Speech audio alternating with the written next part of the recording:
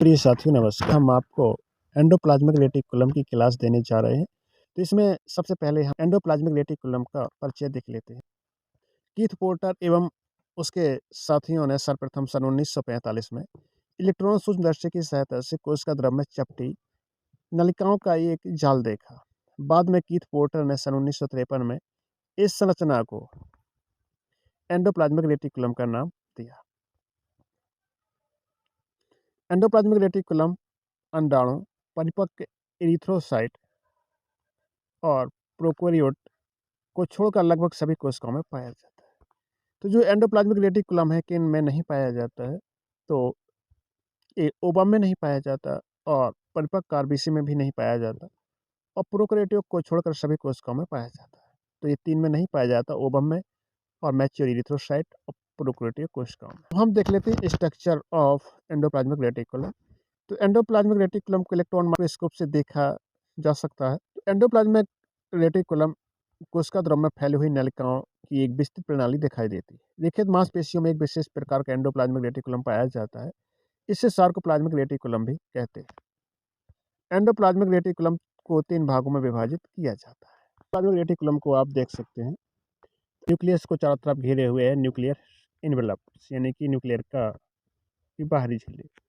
अब ये देख सकते हैं आप रेड कलर में है, तो ये एंडोप्लाज्मिक रेटिकुलम है जो एक दूसरे से जुड़ी नलिकाएं दिखाई दे रही हैं और इनमें जो दाने के दाने आकार के दिख रहे हैं ये राइबोसोम है और ये येलो कलर वाली हैं जो ये स्मूथ ईआर हैं। इनमें कोई राइबोसोम नहीं पाए जाते हैं, इसलिए इसे हम चिकनी ईआर कहते हैं, स्मूथ ईआर कहते हैं। इसमें राइबोसोम के कण पाए जाते हैं, इसलिए इसे रफ एंडोप्लाज्मिक रेटिकुलम कहते हैं। एंडोप्लाज्मिक रेटिकुलम को 3 भागों में विभाजित भी किया जाता है। पहला सिस्टर्नी, इसके नाम से स्पष्ट है सिस्टर, यानी कि सिस्टर वो एस से स्पेलिंग चालू होती है, सी से चालू होती है, तो ये सिस्टर है। सिस्टर्नी ये लंबी पतली चपटी लगभग 40 से 50 माइक्रोमीटर व्यास की संरचना है। ये एक दूसरे के ऊपर समांतर स्थित होती हैं, लेकिन एक दूसरे से जुड़ी होती हैं। इनकी सतह पर राइबोसोम पाए जाते हैं, इसलिए ये खुरदरे दिखाई देते हैं। देख सकते हैं ये है सिस्टर्नी, ये सिस्टर्नी है और इसमें राइबोसोम चिपके हुए हैं, तो आप समझ गए होंगे कि सिस्टर्नी क्या है। अब दूसरा पार्ट है ट्यूब्यूल्स, यानी कि नलिकाएं। ये 50 से 100 माइक्रोमीटर व्यास की अनियमित सख्त नलिकाएं हैं। इनकी सतह पर समांतर राइबोसोम नहीं पाए जाते। अब देखते वेसिकल, वेसिकल क्या है, तो ये 25 से 500 माइक्रोमीटर व्यास की गोलाकार अंडाकार संरचनाएं हैं। इनकी सतह पर भी राइबोसोम नहीं पाए जाते।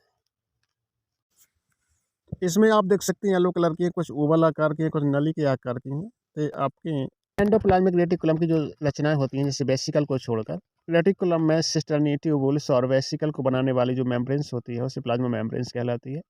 ये 50 से 60 एंगस्ट्रॉन मोटी होती है और ईआर को मेम्ब्रेन, एंडोप्लाज्मिक की मेम्ब्रेन प्लाज्मा मेम्ब्रेन की तरह फास्फोलिपिड के अणुओं की 2 सतह से बनी होती है, यानी कि डबल लेयर होती है, जो कि दोनों तरफ से प्रोटीन की सतह से ढकी रहती है।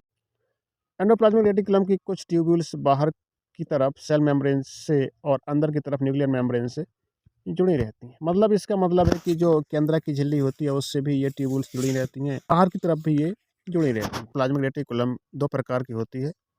एक तो होती है चिकनी, जिसे सर कहते हैं।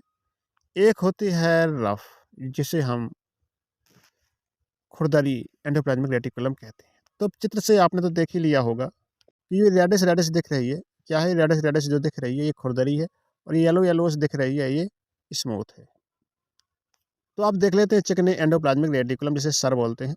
इनकी सतह पर राइबोसोम नहीं पाए जाते, जो येलो कलर की दिख रही थी, इसलिए इन्हें चिकने ईआर या एसईआर कहते हैं। ये मुख्यतः ट्यूबुल्स होती हैं। तो ये क्या होती है, इन्हें हम ट्यूबुल्स कहते हैं। इन्हें ए ग्रेनुलर ईआर भी कहते हैं, क्योंकि ये ट्यूबल्स की आकार की होती हैं, इसलिए ट्यूबल्स कहते हैं। ये प्रोटीन संश्लेषण में भाग नहीं लेती हैं, और जो कोशिकाएं प्रोटीन संश्लेषण में भाग लेती हैं उन कोशिकाओं में ये पाई जाती हैं। जैसे पेशी कोशिकाओं में, एडिपोज कोशिकाओं में ये पाई जाती हैं जो चिकनी होती हैं।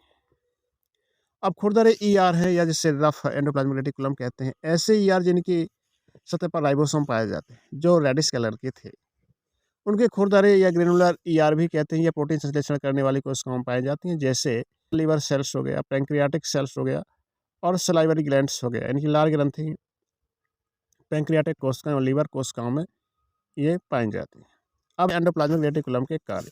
तो यह कोशिकाओं में सर्कुलेटरी सिस्टम यानी कि परिवहन तंत्र बनाते हैं।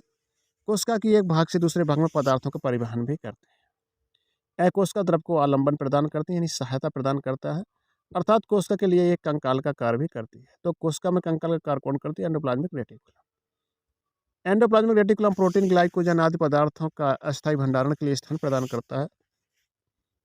चौथा, ईआर कोशिका द्रव और केंद्रक के बीच पदार्थों का आदान प्रदान में सहायक होता है।